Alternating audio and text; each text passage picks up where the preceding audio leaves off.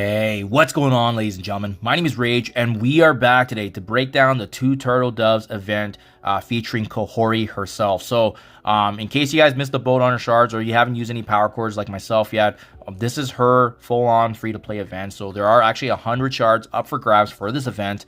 But it's also leveraging a couple of other things happening at the same time. So we're going to be talking about that. But more importantly, in case you guys missed the blog post right here, this is shown on screen, the most recent, which is how you're going to be earning points for this event overall in the 7-day event is going to be collecting milestone points in the Sword Tower, earning these best of 2024 orb fragments, in addition to spending absolute A-Force showcase energy. Obviously, what that includes then is, like I noted earlier, KAHHORI. There's holiday costumes to be earned as well, in addition to Mystic Gear.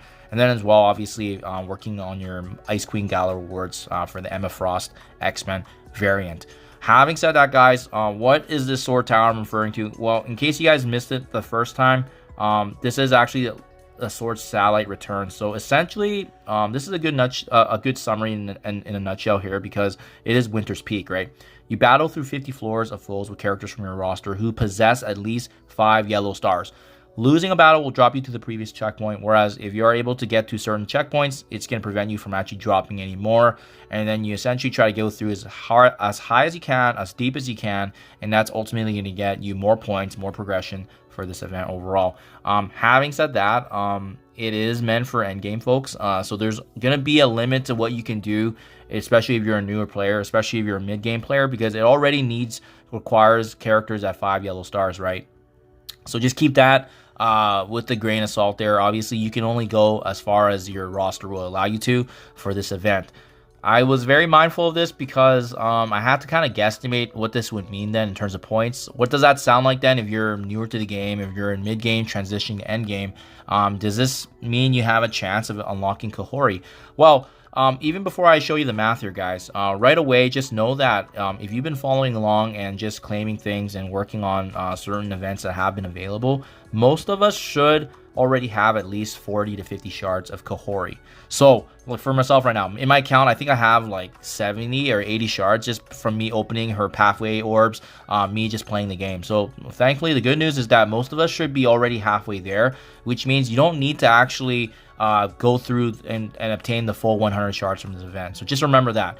For me, that's my goal. I just want to unlock her and obviously utilize her prowess, just because she's a very, very strong standalone character, and she's got great plug and play and a lot of value in war, if that's a game priority that you want to obviously capitalize in. For this event breakdown though, there is going to be a second component with this, as we've seen with each of these weekly events, which is the web milestone component. It's called Season of Giving, and in this one, you just have to spend the snow globes in the store, so that way you are adding as much as you can for the points. And as you can see here, this is the snow globes available that we've been earning for the past couple of weeks now.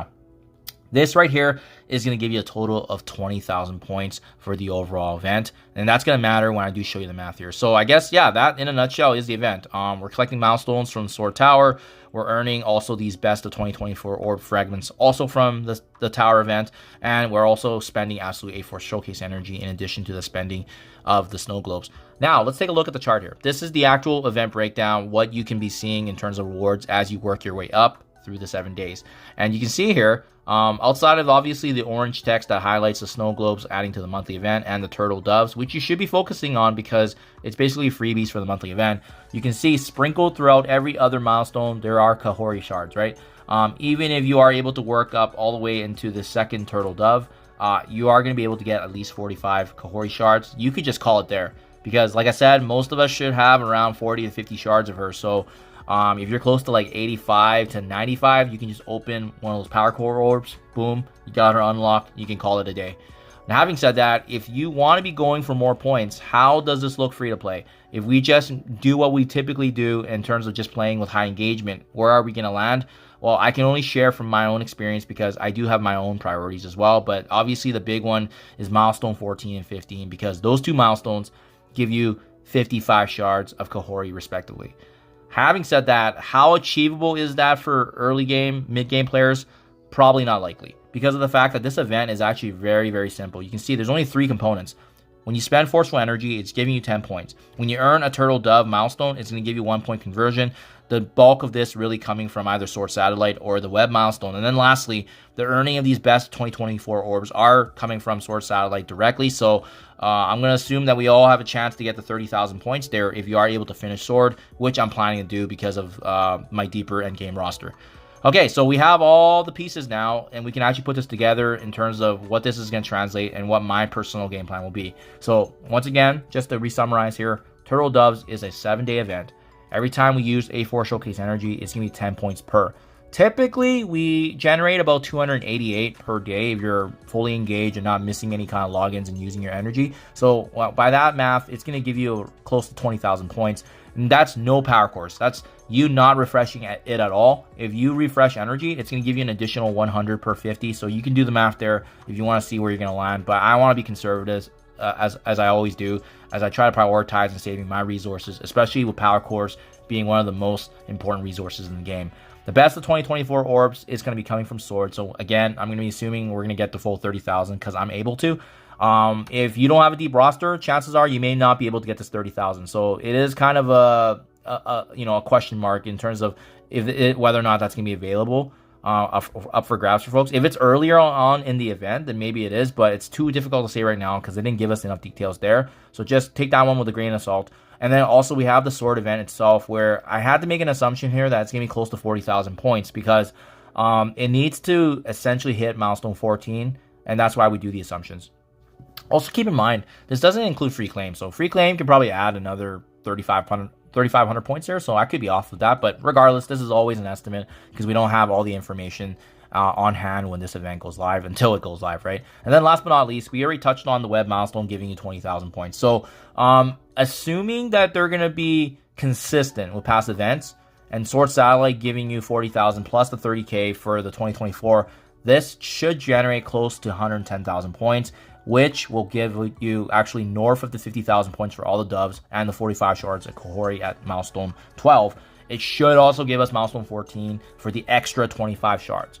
As you can see, that's quite a far cry away from the extra 30 shards of KAHHORI, because even if you do core 200 cores per day or more, you may or may not be able to hit that. So it's really going to be dependent on if there's other ways that they're going to be giving us points. But in the meantime, milestone 12 is going to be a very, very easy mark to hit. As you can see, even if you don't engage in Sword Satellite, you're already going to be close to hitting that milestone 12. So just try to do the best you can. If you're early in the game and you're starting out, this might be a hard one to hit for yourself. But if you're mid game, this is going to be an easy event. For end game players, this is going to be super easy because it's going to be roster driven. It's going to be dependent on how deep you go. And even better is if you are able to finish all Sword, then at that point, then it's really a power core spending, and that's going to give you the extra A-Force energy to get you to milestone 15, if that's what you're gunning for. For myself, anyways, from the math I've seen, I always try to go for at least the minimums in terms of saving resources. So milestone 14 is going to be my target. I may or may not have to core, but I don't plan to. So we'll see how much points is going to be available. But again, these are always estimates based on the information that we have on hand. So hopefully this is helpful, guys. Overall, I do think it's going to be an easy event for end game players. It's going to be a little bit more difficult for mid game because, like I said, ultimately half of this event, especially if you're aiming for extra KAHHORI shards, it's going to be dependent on whether or not you actually have decent progression in Sword. Last but not least, the good news, like I said earlier, is if you are able to hit milestone 12, chances are you'll get the KAHHORI unlock or be very damn close, and then you just use the power core there to get one orb to get the unlock there. So that's what I would do, guys. If you were earlier and just trying to get the unlock, that's what I would prioritize. Otherwise, milestone 14 seems to be realistic for the end game players, and then 15 for the ones that are super engaged and want to maximize every shard per event. Hope this is helpful, guys. Let me know what you think in comments below. Thank you for your time as always, and I'll catch you guys in the next one.